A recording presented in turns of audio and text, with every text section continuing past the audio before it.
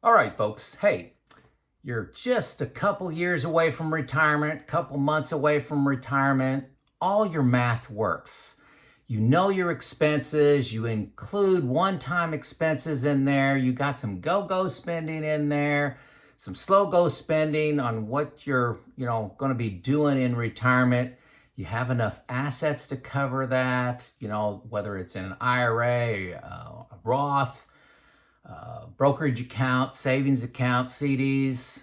You know what you're retiring to. You and your spouse, if you have one, you know what you're going to do in retirement. And you also got a 22 out of 22 on my stress test video just a couple ago. I'll link that. It'll be the first link you see in here. So you've looked at stress testing your plan, and boy, you got that. Are you good to go? For most, the answer is still no. What is keeping people from retiring? Hello, I'm Joe. I retired, I'm going to start saying 4.5 years ago now at the age of 54. And, I'm just walking people through my journey. What was it like approaching retirement? What's it like the first 4.5 years of retirement? I also do some coaching of individuals. I've coached over 170 so far. Only one a day, so don't accuse me of working. I enjoy doing that and learning and helping people, learning what's going on with people and helping them through that. Helps me on my journey too. From this, I actually get a lot of lessons learned, a lot of hints that I can pass on to you in videos like this for an epic retirement. Okay? So you got 22 out of 22 on that checklist. You got all the money, got all the expenses. You think you're good. I still see 5 more obstacles that people, including myself, needed to get through. Okay, now you may not have all 5 of these. You may just have one of these. Okay, these are rooted in fear and in fear of embarrassment. 2 things that are pretty big drivers of human decisions, including myself. I'm a human. These are very real, okay? So don't write them off. They happen to, well, one of these happens to most retirees, and several people have more than one of them. What you're doing, especially if you're retiring early, is not normal. If you're retiring at 55, that's not a normal thing to do, okay? So there's all these mental obstacles that can rise up, and we humans have evolved to react and act quickly to things they're afraid of. Okay? So let's begin. And failure in any one of these 5 leads to one more year of working. Okay? So that's the trap. The trap. Okay. Number 1, confidence in spending. Okay. So you got a comprehensive software package, or you're brilliant in Excel and you say, everything works, let's go. But despite all that evidence, you say, I know the Monte Carlo gave me 99% probability of success, or 95 or 92. I know it did that, but I'm still worried, can I spend enough money? Well, a trick that I used, I don't think I've ever communicated this, is I have an expense item called crazy spending. Okay, so I have base level spending, say it's $5,000 a month. Then I have go-go spending, say that's another $1,000 a month. I added crazy spending. And this is not money I'm planning on spending, but just makes me feel good about spending money. I go in and I say, okay, everything works. I'm at 97% probability of success. I go into crazy spending and I add $500 a month between now and 75. $500 a month. That 90, I can't remember what I said, that 97 goes down to 94. Oh, that feels all right. Well, let's raise that up to $1,000 a month. Well, that 94 goes down to 92. And then you add 1,500 and go, man, it's at 89, it's at 90. And you're like, okay, so not only can we spend the money that we have in our base and our go-go, but we actually have a little buffer there if the hot water heater goes out, an unknown expense kind of appears. And, 1500 a month really isn't that bad. We can handle that. And we don't have 12 surprises a year worth $1,500. So that helped me tremendously get confidence in spending. Crazy spending, add it to your budget. Okay. Number two, this is a big one. This one was big, and I get accused of this all the time, okay? Especially in the comments. You know who you are in the comments, okay? People judge you as an idiot, okay? You're retiring at 55, 54, 60. That's early. You could have worked 3, 4, 5 more years and you had it all. You could have had more stuff, better vacations, stayed in better hotels, better clothes, could have given away more money if you just would have worked 4 more years at the top of your income, the top of your game. I've been told I'm a failure because I retired at 54. Because I have to cut my own grass. Somebody specifically said this. I do a lot of manual labor around my house. I trim the trees, like I said, cut the grass. I work on my plumbing. I'll try to fix the refrigerator when it breaks, hot water heater. I work on things like that. I'm working on my security system that I have right now. It's behind me. I don't know if you can see it. But I get accused by people that are working that I'm an idiot. And I'm the guy smiling, by the way. So, hey, it's your life, folks. Everyone must eventually choose living life over working, whether that's at 55, 65, 95. Everybody eventually makes that choice. It's always going to make financial sense to work one more year, 100% of the time. You've got to decide when you're going to stop exchanging time for money, okay? I believe this comment, like you should have worked 3, 4, 5 more years, you're a complete idiot. That's spoken like a 25-year-old.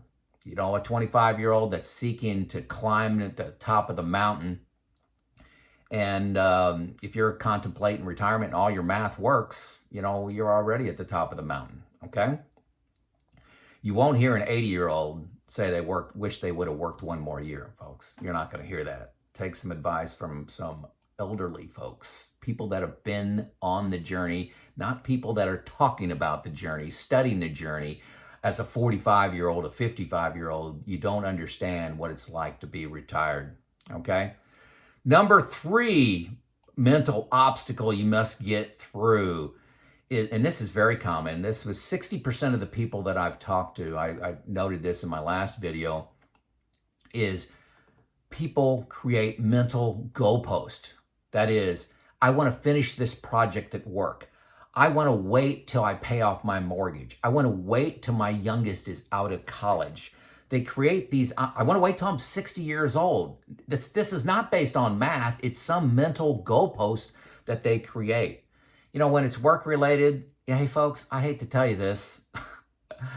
Nobody cares. Nobody cares if you finish that project. You announce you're going to retire, they'll backfill you in 2 weeks and they'll be moving on down the road. The cemetery is full of irreplaceable people, okay? So get past your ego.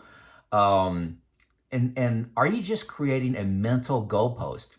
A lot of time it's just because you're scared, okay? You create that goalpost and then you hit it and you say, well, 1 more year, I want to finish this project, okay? Got to get over that, number 3. Number 4, and this doesn't apply to everybody. This one's probably just a unique set, maybe 20% of you out there. You're unwilling to quit a job you hate. You don't like the hours. You don't like your boss. You don't like the work and responsibility you have. And you're unwilling to leave that to go and work part-time at a job you love because you need that part-time job. You need that extra $10,000, $15,000 for the next 4 or 5 years to make your math work. You're unwilling to do that. You're making $40 an hour now, and hey, you get a $20 hour being a florist, being an umpire at a baseball game, working at Home Depot, being a handyman, being a consultant, being on YouTube. You're able to make a little bit of money doing something you're really passionate about. It's fun. What most people misunderstand or get completely wrong is you got a lot of time in retirement. Doing nothing is not healthy and really not an option. You're going to go back to work anyway if you do nothing. So you got to fill 16 hours a day. Okay. So fill it with something you love, and don't consider working in a passion area a failure. And don't assume that making $40 at something you hate is better than $20 at something you love. Okay. So I talk to a lot of people about that. And number 5, and this one's a big one, most people go through this, is they have to get past their own ego. You've been successful. I had a successful career. My role in the family and friends and, as a person, my role is, hey, I've been successful. I've got money. I give a lot. I volunteer a lot. When people come over to our house and we entertain, we do okay. Okay. We're not poverty stricken. We've been successful. Okay. Will retirement be as successful? What's my new identity going to be if I'm not, the uncle that gives nice presents? Okay. And families, I had this conversation this week. This guy was, he was the guy that gave presents out, nice presents to his relatives. And, graduating college, graduating high school, hey, give him $500 or give him a used car or something like that. Really nice, diamond gem kind of stuff. But your family wants your presence. They want you to be present. Not they don't want your money, they want your time.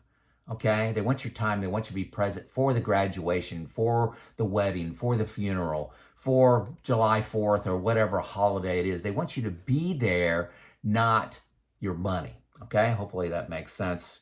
Again, ask a 75-year-old, who cares what people think? Join us in the weird people that retired early.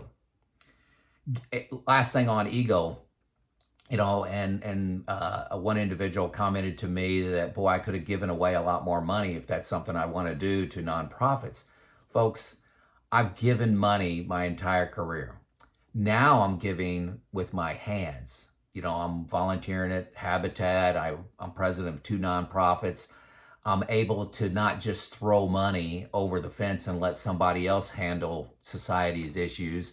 I'm able to get in there with my hands and feet, and the feeling there is 10x giving money, 10x. Okay, so just my experience. So beyond the math of retirement, any of these keeping you working longer, working one more year, any of these doing that to you? Do you see why I say don't go it alone? There's a lot of emotional hurdles to get through, as well as the math hurdles to get through in your complex retirement plan. All 22 things I list in the video linked here. There's a lot of things to work through, and there's a lot of traps in there that, good chance, excellent chance, probably 99.9% chance, going it alone, you're going to miss something pretty big. And one of the things that is often missed is they don't retire at the earliest time possible. They keep working one more year because of one of these 5 things. So, hey, did I miss anything? Did I miss anything that's keeping you from retiring? Don't say medical, folks. Now, I have a linked video in all my videos talking about medical and looking at it. Yeah, medical's it's not free, okay? It's not free if you're retiring, early, unless you're outside of the United States. But, it's just a cost. It's just a cost, and maybe you can manage that by working a part-time job and, making $1,000 a month. You can pay off your medical premium. So there are options, okay, for medical. So did I miss something? Let me know in the comments. This is Joe out. See Grogu over here balancing himself on a basketball. It's Joe out.